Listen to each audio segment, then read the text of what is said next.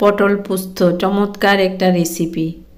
Evergreen 757 চ্যানেলে আপনাদের স্বাগত। আজ পটল পোস্ত রান্না করব। ভিডিওটা সম্পূর্ণটা দেখার জন্য অনুরোধ রইল। এর জন্য পোস্ত নিয়েছি, পটল অনুযায়ী পোস্তটা নিতে হবে। পোস্তটা ভালো করে ধুয়ে জারের মধ্যে নিয়ে নিচ্ছি। বরফ দিয়েছি ফ্রিজ থেকে। পোস্তটা তাড়াতাড়ি সুন্দরভাবে পেস্ট হওয়ার জন্য বরফ নিয়েছি। আর এটা এত সুন্দর পেস্ট হয়েছে বরফ দেওয়াতে। বরফ দিলে জারটা গরম হয় না, তাই বরফ দিয়ে পোস্তটা গুঁড়ো করে নেবে, পেস্ট করে নেবে। পটল নিয়েছি, তাজা পটল। পটলগুলি ভালো করে ধুয়ে খোসা ছাড়িয়েছি আর দাগ দাগ দিয়েছি দা দিয়ে। কড়াইটা গরম করে কড়াইতে তেল দিচ্ছি। অল্প পরিমাণে তেল দিয়ে পটল ভাজা করব। তেল বেশি লাগে না পটল ভাজা করতে, তাই অল্প তেলে পটলগুলি আমি ভাজা করে নেব। কিভাবে ভাজা করব দেখাবো। পটলের মধ্যে নুন দিয়ে দিচ্ছি এই পরিমাণে, হলুদ দিয়ে দিচ্ছি এই পরিমাণে, নামমাত্র হলুদ, নামমাত্র নুন দিয়েছি। নুন হলুদ পটলের সাথে মিশিয়ে নিচ্ছি।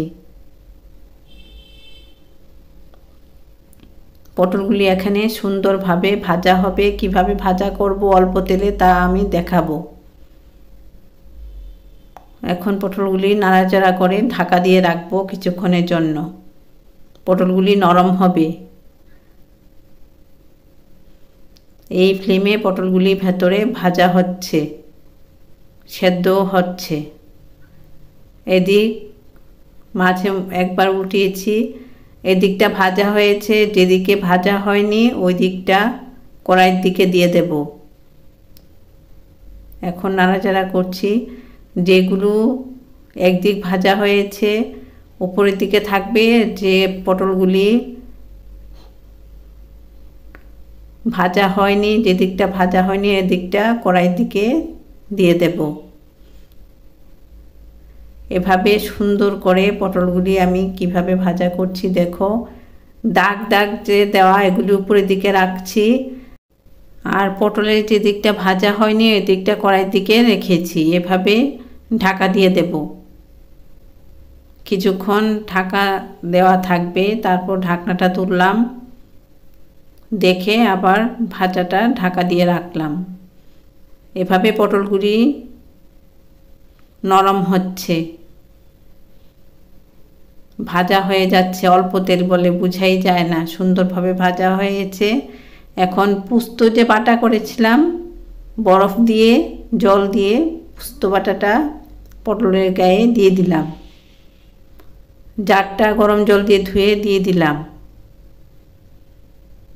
পটল পোস্ত মিশিয়ে নিচ্ছি। পটলগুলি ভাজা হওয়ার পর পোস্তটা মিশিয়েছি।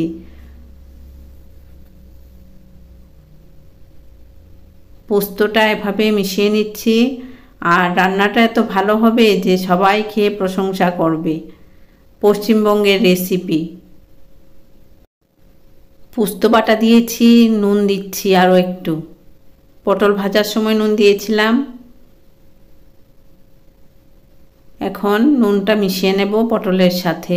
পোস্তগুলিও মিশে যাবে পটলের সাথে। এভাবে এভারগ্রিন 757 চ্যানেলের পাশে থাকবে, ভালো ভালো রান্না দেখতে পারবে। এটা একটা নিরামিষ রেসিপি, নিরামিষ দিনের জন্য উৎকৃষ্ট পদ। ভোগের প্রসাদেও এভাবে পটল রান্না করে দেওয়া যায়। নতুন রাঁধুনিদের জন্য বলছি, খুব ভালো একটা রেসিপি। এভাবে রান্নাটা দেখো, কমেন্ট করো, সাবস্ক্রাইব করো, লাইক করো।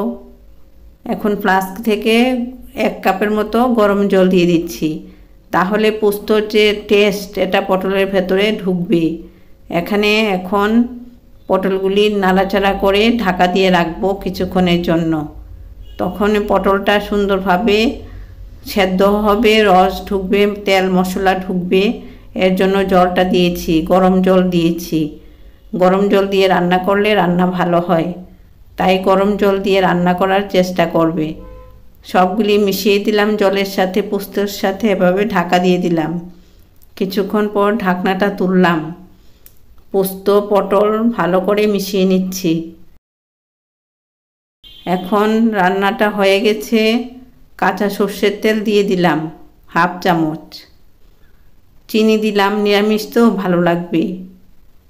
চামচে 4 ভাগের 1 ভাগ চিনি দিয়েছি। চিনি আর কাঁচা সর্ষের তেলটা মিশিয়ে নিচ্ছি। খুব সুন্দর একটা রেসিপি শেয়ার করলাম। লাইক তো চাই 100টা। ভালো উৎসাহ দেওয়ার জন্য লাইক করুন, সাবস্ক্রাইব করুন রান্নাগুলি পাওয়ার জন্য।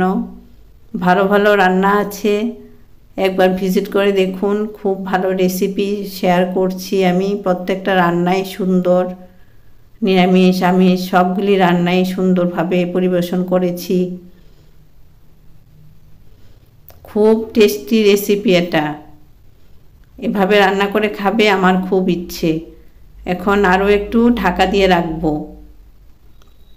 কাঁচা তেল দেওয়া হয়েছে, এর জন্য ঢাকা দিয়ে রাখলাম। এভাবে রান্নাটা হয়ে গেল।